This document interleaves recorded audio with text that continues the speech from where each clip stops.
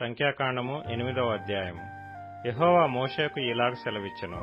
నీవు అహరోనుతో, నీవు దీపములను వెలిగించినప్పుడు ఆ 7 దీపముల వెలుగు దీపవృక్షమునకు ముందు పడునట్లు వాటిని వెలిగింపవలెనని చెప్పుమనెను. అహరోను అలాగు చేసెను. యెహోవా మోషేకు ఆజ్ఞాపించినట్లు అతడు దీపవృక్షమునకు ఎదురుగా దాని దీపములను వెలిగించెను. ఆ దీపవృక్షము బంగారు నకిషీ పని గలది. అది దాని స్తంభము మొదలుకొని పుష్పముల వరకు నకిషీ పని గలది. యెహోవా కనుపర్చిన మాదిరిని బట్టి మోషే ఆ దీపవృక్షమును చేయించెను. మరియు యెహోవా మోషేకు ఇలాగ సెలవిచ్చెను.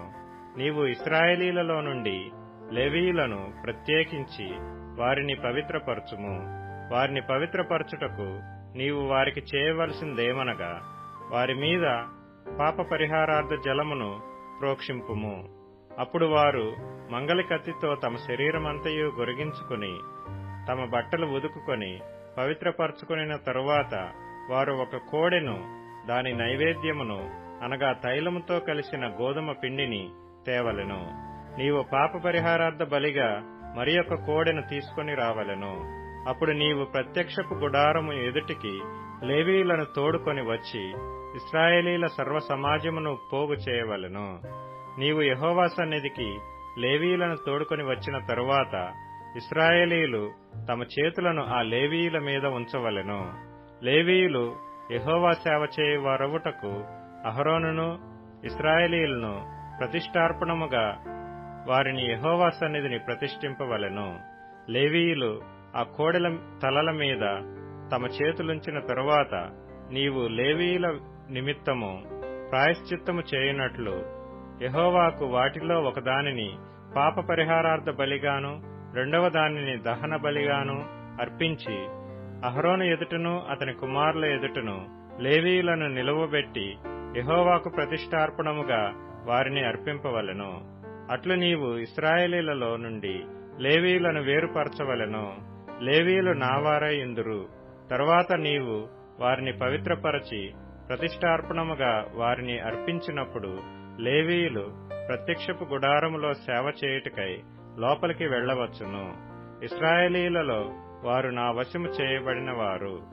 తొలిచూలి అయిన ప్రతివానికిని అనగా ఇశ్రాయేలీలలో ప్రథమ సంతానమంతటికిని ప్రతిగా వారిని నేను తీసుకొని ఉన్నాను.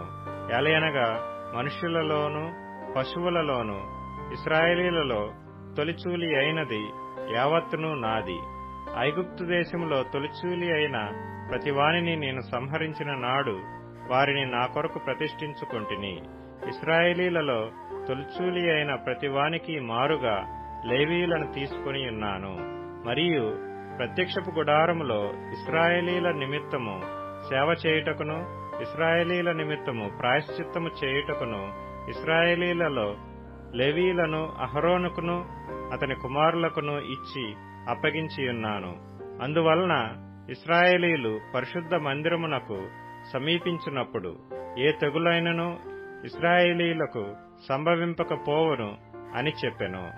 అప్పుడు మోషే అహరోనులను ఇశ్రాయేలీల సర్వ సమాజము యెహోవా లేవీయులను గూర్చి మోషేకు ఆజ్ఞాపించిన సమస్తమును బట్టి లేవీయుల ఎడల చేసిరి. ఇశ్రాయేలీలు వారికి అట్లే చేసిరి. లేవీయులు తమ్మును పవిత్రపరచుకుని తమ బట్టలు ఉదుకుకొనిన తరువాత అహరోను యెహోవా సన్నిధిని ప్రతిష్టార్పణముగా వారిని అర్పించెను. వారిని పవిత్రపరచుటకు అహరోను వారి నిమిత్తము ప్రాయశ్చిత్తము చేసెను. తరువాత లేవీయులు అహరోను ఎదుటను అతని కుమారుల ఎదుటను ప్రత్యక్షపు గుడారములో సేవ చేయుటకు లోపలికి వెళ్ళిరి. యెహోవా లేవీయులను గూర్చి మోషేకు ఆజ్ఞాపించినట్లు అతడు వారి ఎడల చేసెను. మరియు యెహోవా మోషేకు ఇలాగ సెలవిచ్చెను. ఇది లేవీయులను గూర్చిన విధి. 25 ఏండ్లు మొదలుకొని పైప్రాయము గల ప్రతివాడును ప్రత్యక్షపు గుడారము యొక్క సేవలో పనిచేయుటకు రావలెను. అయితే 50 ఏండ్ల వయసు పొందిన పిమ్మట వారు ఆ పని మాని ఊరకుండవలెను. వారు కాపాడవలసిన వాటిని కాపాడుటకు ప్రత్యక్షపు గుడారములో తమ గోత్రపు వారితో కూడా పరిచర్య చేయవలెను గాని పని చేయవలదు.